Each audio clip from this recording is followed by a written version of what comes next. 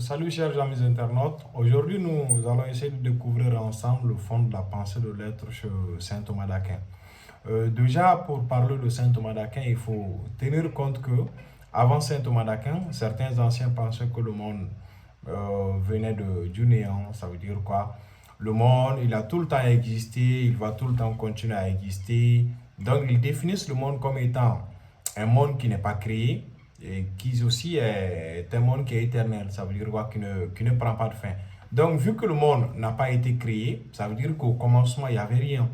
Il n'y a aucune chose qui est peut-être capable de nous expliquer un peu, aucune chose qui nous permet un peu d'expliquer qu'à la base de l'existence des choses, des êtres, il y avait ceci. Déjà, la pensée de saint Thomas d'Aquin est une pensée nouvelle, une pensée plurialiste, optimiste également, qui va changer cette façon de voir.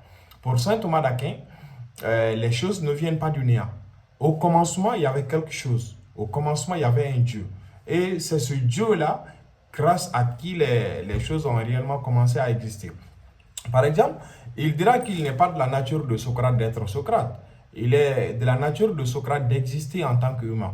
Mais cette nature de Socrate est une nature qui lui a été donnée, qui lui a été offerte. Ça veut dire, Socrate, il n'est pas capable d'exister par lui-même.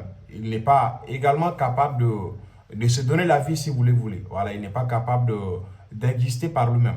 Pour que Socrate existe, il va falloir que quelque chose réagit pour que voilà, Socrate puisse réellement exister. Donc de cela, on peut voir que dans la pensée de l'être chez saint Thomas d'Aquin, il fait une distinction fondamentale entre l'essence et les créatures. Par exemple, il dirait que toutes les créatures, sans aucune exception, tirent leur essence d'un autre être, qui lui n'a pas tiré son essence de quelque chose. Par exemple, il dira, s'il n'est pas de la nature de Socrate d'exister en tant que Socrate, si l'existence de Socrate lui a été offerte par un autre être, il y a forcément un être dont l'existence n'a pas été offerte. Il y a un être il y a un être dont son essence est véritablement d'exister. Cet être-là, il est défini comme Dieu. Donc, du coup, on peut voir que dans cette distinction, il y a le créateur d'un côté et il y a les créatures. Les créatures existent parce qu'il y a un créateur.